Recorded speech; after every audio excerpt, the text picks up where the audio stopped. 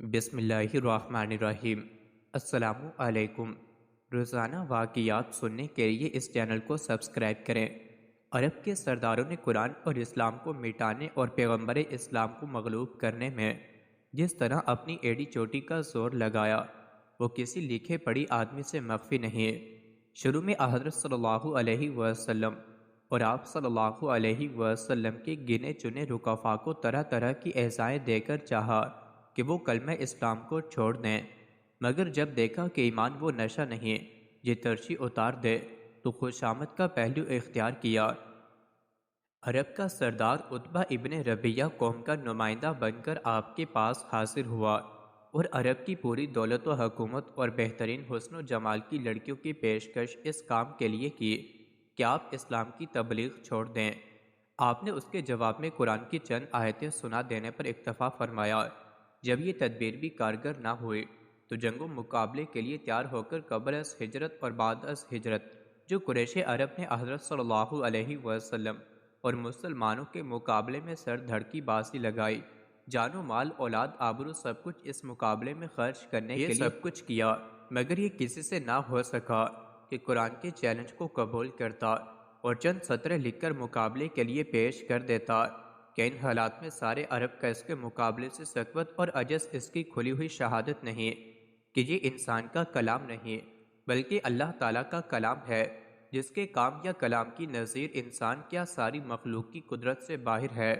پھر صرف اتنا ہی نہیں کہ عرب نے اس کے مقابلے سے سقوت کیا بلکہ اپنی خاص مجلسوں میں سب نے اس کے بے مثل ہونے کا اعتراف کیا، اور جوان میں سے مصنف مزاج تھے انہوں نے اس اعتراف کا اظہار بھی کیا۔ پھر ان میں سے کچھ لوگ مسلمان ہو گئے اور کچھ اپنی آبائی رسوم کی پابندی یا بنی عبد مناف کی ضد کی وجہ سے اسلام قبول کرنے سے باوجود اعتراف کے محروم رہے۔ قریش عرب کی تاریخ ان واقعات پر شاہد ہے۔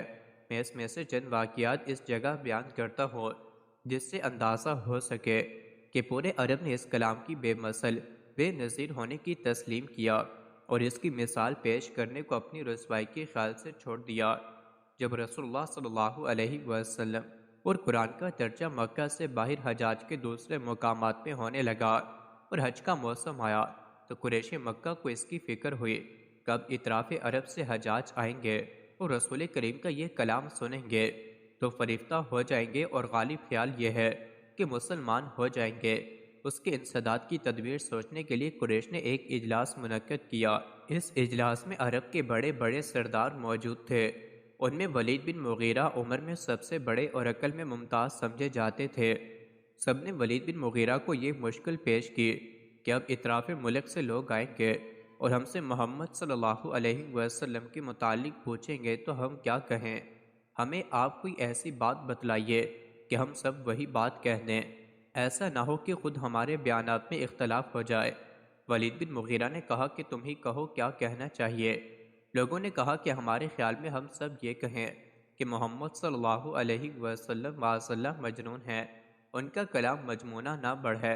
ولید بن مغیرہ نے کہا کہ تم ایسا ہرگز نہ کہنا، کیونکہ یہ لوگ جب ان کے پاس جائیں گے اور ان سے ملاقات و گفتگو کریں گے اور ان کو ایک فصیح و بلیغ عاقل انسان پائیں گے تو انہیں یقین ہو جائے گا کہ تم نے جھوٹ بولا ہے۔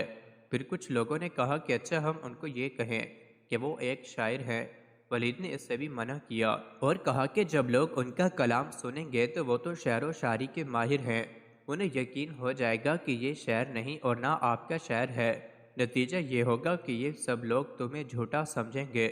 پھر کچھ لوگوں نے کہا کہ تو پھر ہم ان کا کاہن قرار دیں جو شیاطین و جنات سے سن کر غیب کی خبریں دیا کرتے ہیں۔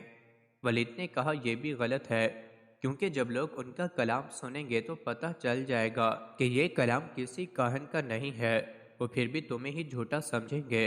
اس کے بعد قرآن کے بارے میں جو دلیل بن مغیرہ کے تاثرات تھے ان کو ان الفاظ میں بیان کیا: خدا کی قسم تم میں کوئی آدمی شعر و شاعری اور اشعار عرب سے میرے برابر واقف نہیں۔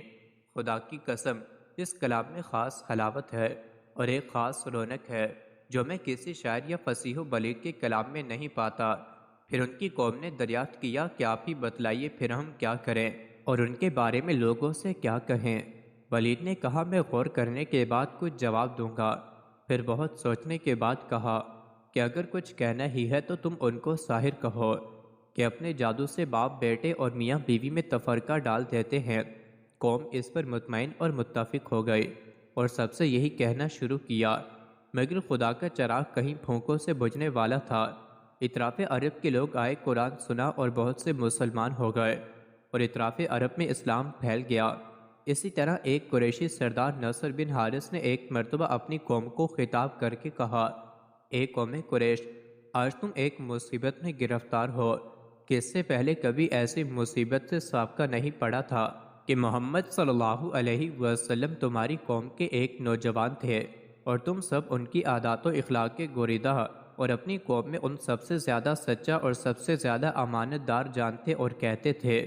اب جبکہ ان کے سر میں سفید بال آنے لگے اور انہوں نے بے مثل کلام اللہ کی طرف سے پیش کیا تو تم ان کو جادوگر کہنے لگے۔ خدا کی قسم وہ جادوگر نہیں، ہم نے جادوگروں کو دیکھا اور بڑھتا ہے، ان کے کلام نہیں ہیں اور طریقوں کو سمجھا ہے، وہ بالکل اس سے مختلف ہے۔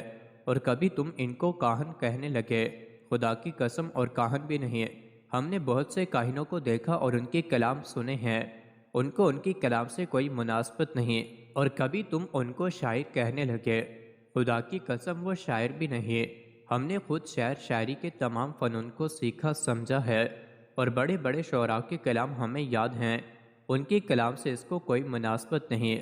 پھر کبھی تم ان کو مجنون بتاتے ہو، خدا کی قسم وہ مجنون بھی نہیں، ہم نے بہت سے مجنونوں کو دیکھا بھالا، ان کی بکواس سنی ہے، ان کے مختلف اور مختلف کلام سنے ہیں، یہاں یہ کچھ نہیں۔ اے میری قوم، تم انصاف کے ساتھ ان کے معاملے میں غور کرو، یہ سرسری ٹال دینے کی چیز نہیں۔ مزید ایسی ہی ویڈیوز کے لیے چینل کو ضرور سبسکرائب کریں۔